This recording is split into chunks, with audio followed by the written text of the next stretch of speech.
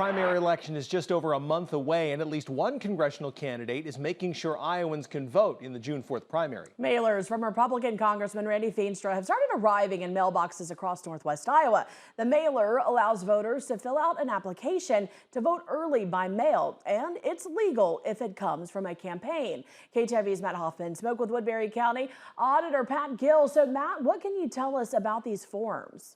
Yeah, sure, guys. Actually, I have one right here. It's labeled an official absentee ballot request form, even though it isn't sent out by local authorities. This one comes from a campaign, and the auditor says that is perfectly legal.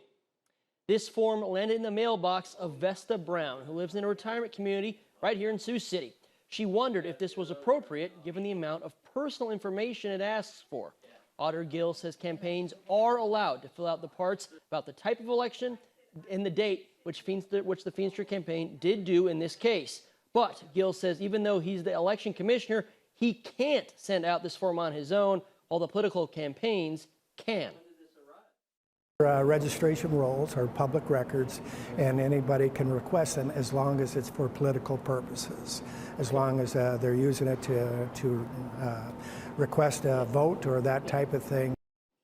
Now, Gill says that's how campaigns get the address to send out these mailers, by requesting the voter rolls, which can include personal information like name, date of birth, phone number, and email. He says if a voter wants an absentee ballot but doesn't get one of those mailers from a campaign, they must call the auditor's office. The auditor can no longer mail out the request forms on his own because of change to Iowa law. Now we can no longer do that, and the voter can call in and request that we send them a request form, but it has to be from that voter. Now, a spokesperson for the Feenstra campaign sent us this statement. It reads, quote, "Thanks to Republican efforts and Governor Reynolds' leadership, Iowa is the gold standard for election integrity and security. Like President Trump, Congressman Feenstra is working to get conservatives out to the polls to defeat Joe Biden in November," end quote.